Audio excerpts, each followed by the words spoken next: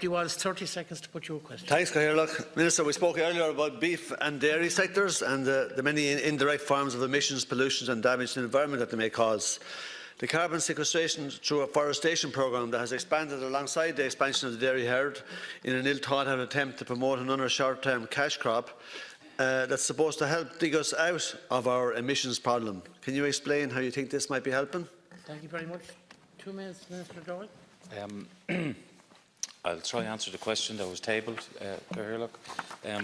Government policy on forestry is to incentivise private planting of forests, given the many economic, environmental and social benefits which forests are proven to deliver. More recently, we have amended this policy to increase species diversity within the National Forest Estate and increasing afforestation levels across all planting categories, supported with higher rates reserved for broadleaf species. Under the current forestry programme, the new species have been added to the mix to create more diversity and to target climate change mitigation. Sitka spruce occupies 343,311 hectares, or 51.1% of Ireland's total forested area. As one of our fastest growing tree species, clearfell typically takes place between 35 and 40 years. It has been grown successfully for over 80 years, and it has proven itself to be the most productive coniferous species grown in Ireland, and as such has become the industry's mainstay in terms of timber processing and end markets. In terms of end use of trees, roundwood harvesting, including firewood, in 2017 was 3.54 million cubic metres, the highest level since records began. The majority of this timber was harvested from Sitka spruce plantations. Of this total, 42% was used for energy purposes, making an important contribution to our renewable energy targets. The balance was used to produce 1.05 million cubic metres of sawn softwood, mostly for construction, 0.14 million cubic metres of round stakes for fencing, and 0.84 cubic metres of wood-based panels. In 2017, exports of forest products from the Republic were 423 million, an increase of 11.3% on 2016. Wood-based panels accounted for 224 million, the balance comprising paper and sawn timber exports. Just very quickly. Yes. As regards to pesticides, insecticides and fungicides, there is a relatively low use of these products in the forestry sector. Chemicals may only be used that are statutorily approved as safe to use in forestry by the regulator. Thank you. Deputy, 1 minute.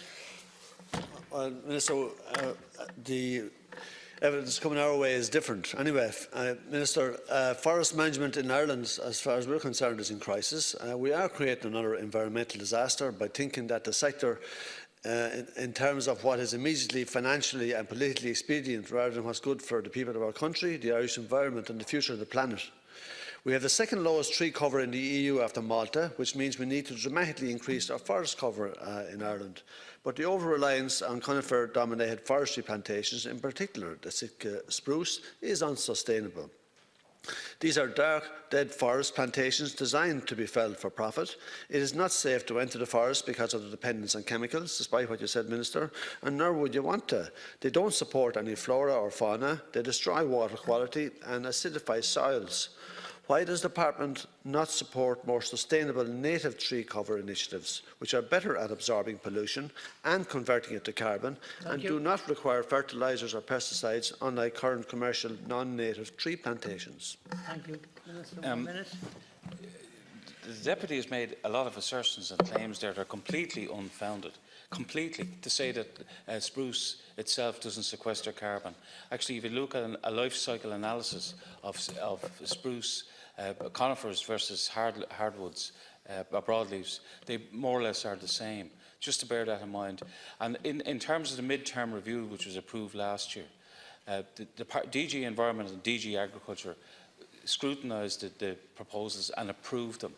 And these include, amongst other things, 15% species mix, that all plantations must contain 15% broadleaves, up to 15% biodiversity, with setback areas away from streams, rivers and roads and houses, in acid-sensitive areas where water has to be tested for 4 months before any plantation can be approved. You should check out the facts, Deputy, before you make assertions of the nature you make. And do you not accept that this has been a major contributor to the rural economy if you look around you, and that trees actually do sequester carbon. And we have acceptance, by the way, from the main farm organisations and main farm bodies that growing trees and planting trees as part of the overall effort are essential and accepted. Okay.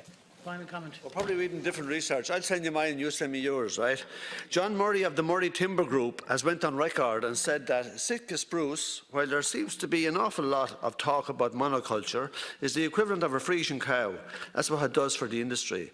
The nearest performer, as a native Irish cow, produces 1/3 of what a Frisian produces. I know the Irish Farmers Association would be up in arms if they were told to change all their cows to that. That's Mr. Murray. Now, he may not have intended it, but he actually nailed what's really going on. He's saying that Sitka spruce is in monoculture. It's destructive, but it's currently profitable, much the same as the monoculture of dairy farming. It's destructive, but it's profitable for the time being, and the IFA and the timber industry both tell the Department of Agriculture what's what. Any consideration of what is not profitable, but may be good for the future of farming, any consideration of the value of our surroundings, of the world we live in, is completely off the table, as long as the agribusiness giants are to tell us what to do. Thank you. Final comment, and thank you. Well, I'm not sure if the Deputy has heard of the efforts to promote the bioeconomy to replace the fossil economy. And I had the opportunity to visit Finland last year, where 73% of the land cover is actually in forestry. 3 species. And sometimes we forget conifers include native Scots and Douglas fir, which are conifers as well, by the way. But 3 species pertain mainly in Finland. Birch, a hardwood, broadleaf, Scots pine and Norway spruce. And out of that industry, they have developed a circular bioeconomy. They're replacing all sorts of fossil-based product with bio-based products. Circular. Thank you. Thank you. Sorry? Sorry, no. This time is almost up. No. Norway spruce is, but Scots pine is native to this country. Birch, which grows, is one of the bigger broadleaf species. Without interruption. Sorry? Yes.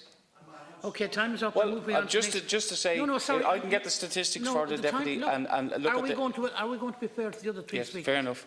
Both of you.